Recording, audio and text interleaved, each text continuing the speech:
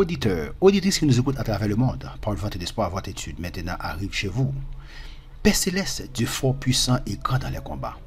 Nous te remercions, Seigneur, parce que tu nous as gardés, tu nous as protégés, tu nous as bénis. Père Céleste, aujourd'hui, nous allons partager ta parole. Nous te demandons, Seigneur, d'éclairer notre intelligence. Nous te demandons, Père Céleste, d'illuminer notre esprit, Seigneur, afin que nous puissions partager ta parole. Parle, Seigneur, ton serviteur écoute. Nous te prions, non vertu de mérite, mais au nom de Jésus, ton Fils, qui vit au siècle des siècles. Amen. Nous vous remercions parce que vous avez partagé nos études sur les réseaux sociaux, parce que vous avez fait des commentaires, parce que vous avez abonné à ma chaîne YouTube. Je vous remercie. Donc aujourd'hui, nous avons un nouveau sujet qui est garder la sagesse. Donc nous étudions le lundi et le mercredi les doctrines bibliques, le vendredi et le dimanche le livre des Proverbes. Donc aujourd'hui, nous avons un nouveau sujet qui est garder la sagesse. Étude 36, garder la sagesse. Au travers des études précédentes, nous avons vu l'importance d'acquérir la sagesse. Ok? Au travers des études précédentes, nous avons vu l'importance d'acquérir la sagesse. Elle permet de résister aux attraits du monde.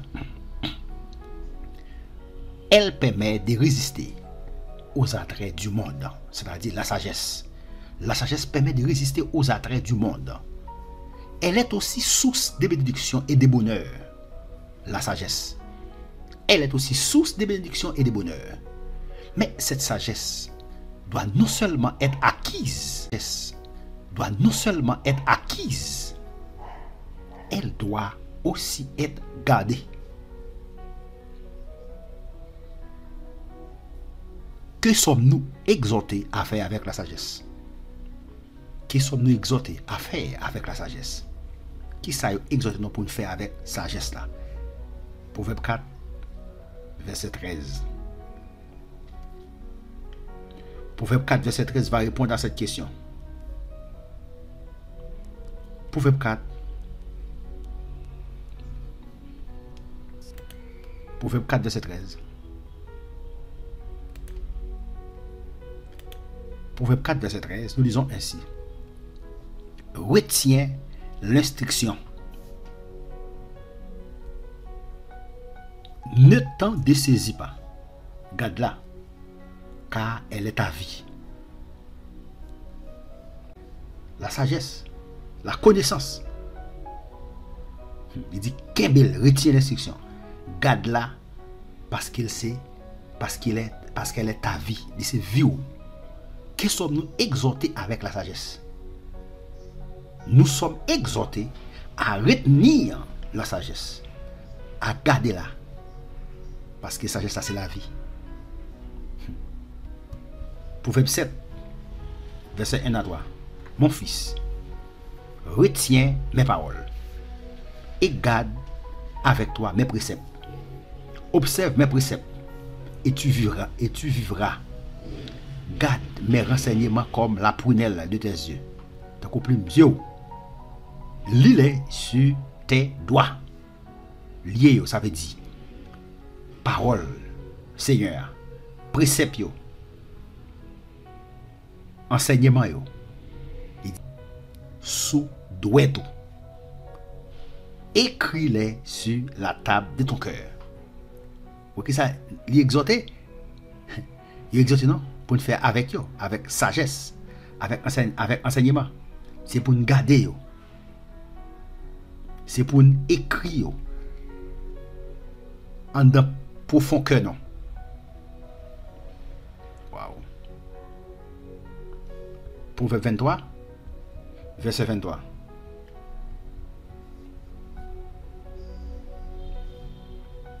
Acquiert la vérité et ne la vends pas. Pas vendre la vérité. Pas vendre la vérité. La sagesse, pas vendre la vérité, ne la vends pas. La sagesse, l'instruction et l'intelligence À qui est la vérité? À qui est la vérité? Et ne l'avant pas. Il dit c'est pour acquérir la sagesse, c'est pour acquérir la connaissance et pour acquérir l'intelligence. Béni soit l'Éternel. Donc, quel bénéfice retire-t-on à garder la sagesse? Proverbe 4, verset 6. Quel bénéfice retire-t-on à garder la sagesse?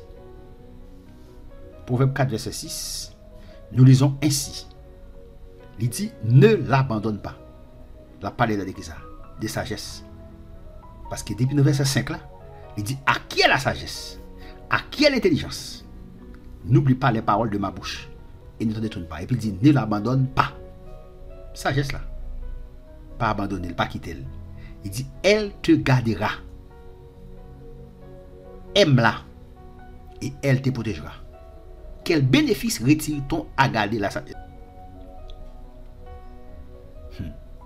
La protéger.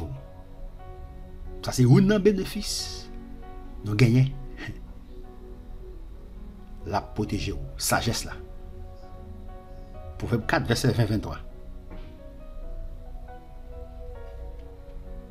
Verset 20. Il dit, mon fils, sois attentif à mes paroles.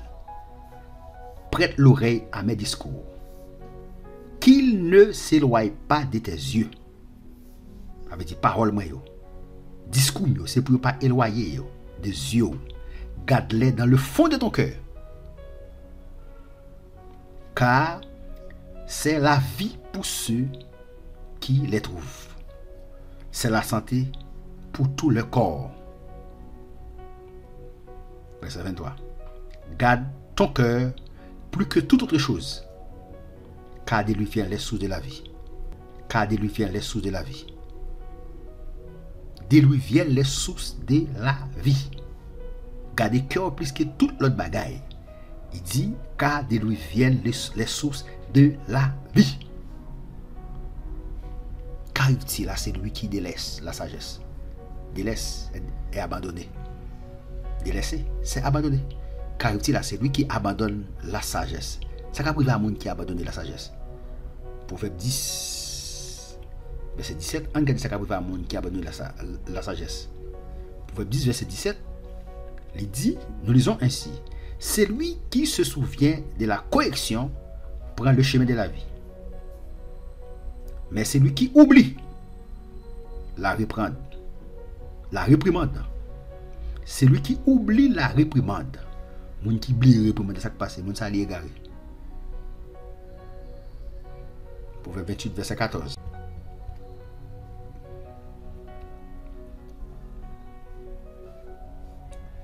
Heureux l'homme qui est continuellement dans la crainte, mais celui qui endurcit son cœur tombe dans le malheur.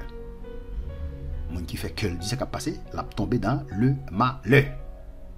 Proverbe 21, verset 16. L'homme qui s'écarte du chemin de la sagesse reposera dans l'assemblée des morts. Mais vraiment texte nous avons cherché. Qu'arrive-t-il à celui qui délaisse la sagesse? Il dit dans verset 16, l'homme qui s'écarte du chemin de la sagesse. Ça qui a passé, reposera dans l'assemblée des morts. Ça veut dire.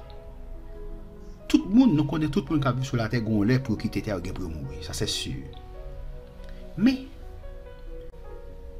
il y a un monde qui a abandonné la sagesse, ça veut dire qu'il ne peut pas vivre longtemps.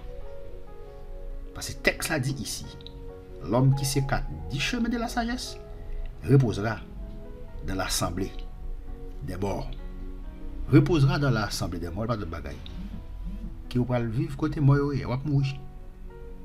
L'homme qui s'écarte du chemin de la sagesse reposera dans l'assemblée des morts. Faites des commentaires. Si vous n'avez pas encore abonné, je vous encourage maintenant à vous abonner à ma chaîne pour recevoir, n'est-ce pas, une nouvelle étude chaque semaine. Qu'arrive-t-il à celui qui délaisse la sagesse? Qu'arrive-t-il à celui qui abandonne la sagesse? La réponse est claire. Celui qui délaisse la sagesse reposera dans l'assemblée des morts. Reposera dans l'assemblée des morts. Béni soit l'Éternel. Qu'est-il arrivé au roi Salomon vers la fin de sa vie? Ça qui est arrivé, nous connaissons, roi Salomon. Bon Dieu te balle sagesse. Nous jouons ça. L'Éternel te demande qui ça veut.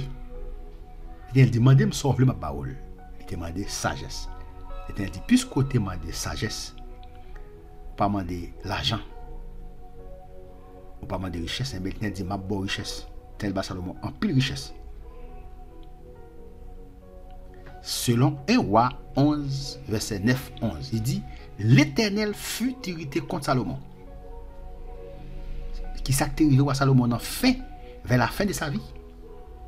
L'Éternel dit, la Bible dit qui s'est arrivé roi Salomon en fin ville. Dans 1 roi, on regarde dans 1 roi 11, verset 4-6 d'abord. 1 roi 11, verset 4-6.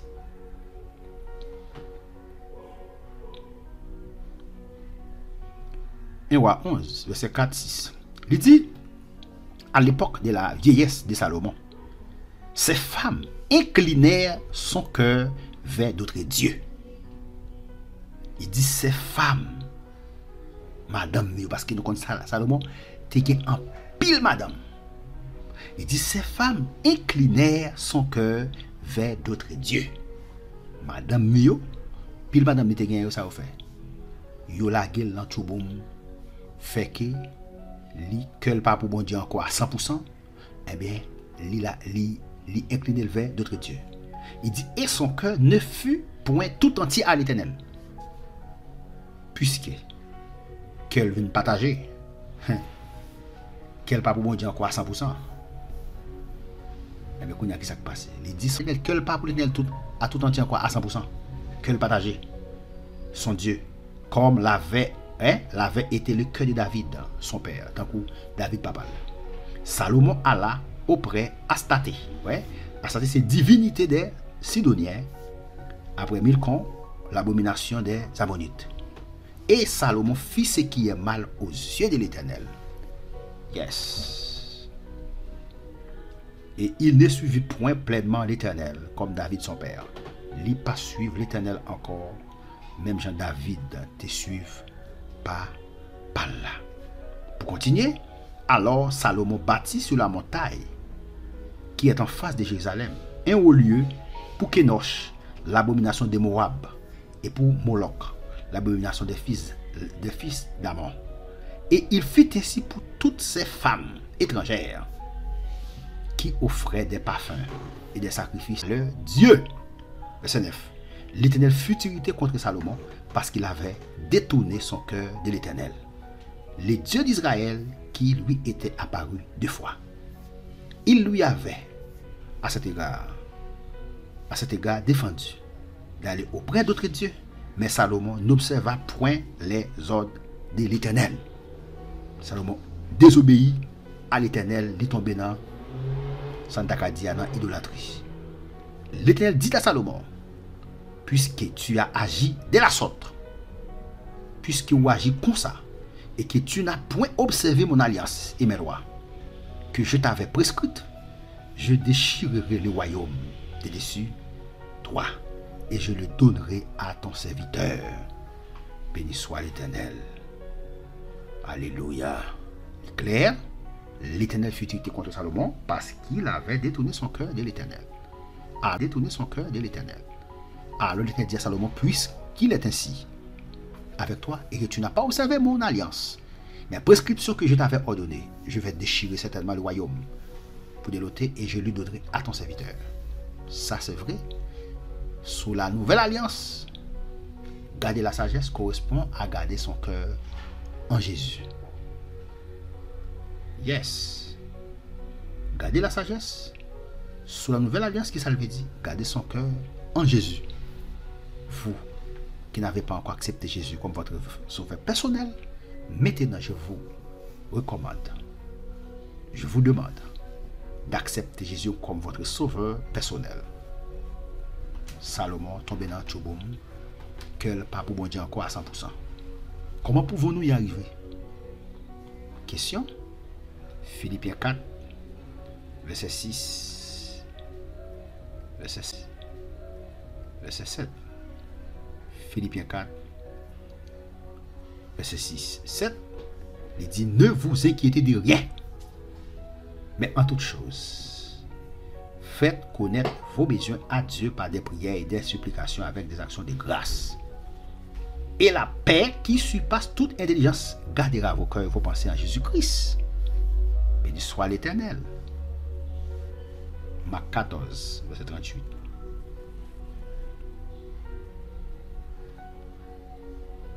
Marc 14, verset 38. Il dit, veillez et priez afin que vous ne tombiez pas en tentation. Veillez et priez pour qui ça? Pour ne pas tomber dans la tentation. Il dit comme ça, l'esprit est bien disposé, mais la chair est faible. L'esprit est bien disposé, mais la chair est ensemble. Roi Salomon, t'es une sagesse, en pile sagesse, bon Dieu utilise, et bien dans fait la ville, nous côté femme étrangère, fait que pas pour bon Dieu encore. Dans fin la ville, nous roi Salomon, il est tombé dans idolâtrie. Waouh, ça fait triste. Il est tombé dans idolâtrie, il est tombé dans idolâtrie à cause des femmes étrangères, femmes de l'autre nation. Il a ramené la gueule dans l'idolâtrie. Que Dieu vous bénisse. Que Dieu vous garde, que Dieu vous protège. Partagez mes études sur les réseaux sociaux. Faites des commentaires. Si vous avez une question, n'hésitez pas à me la envoyer. Je vous répondrai sitôt que possible. Vous qui n'avez pas encore abonné, maintenant je vous encourage à vous abonner à ma chaîne YouTube. Partagez. Faites des commentaires. C'était votre serviteur, Jean-Christelle Pétion, qui était en train de partager avec vous la parole de Dieu.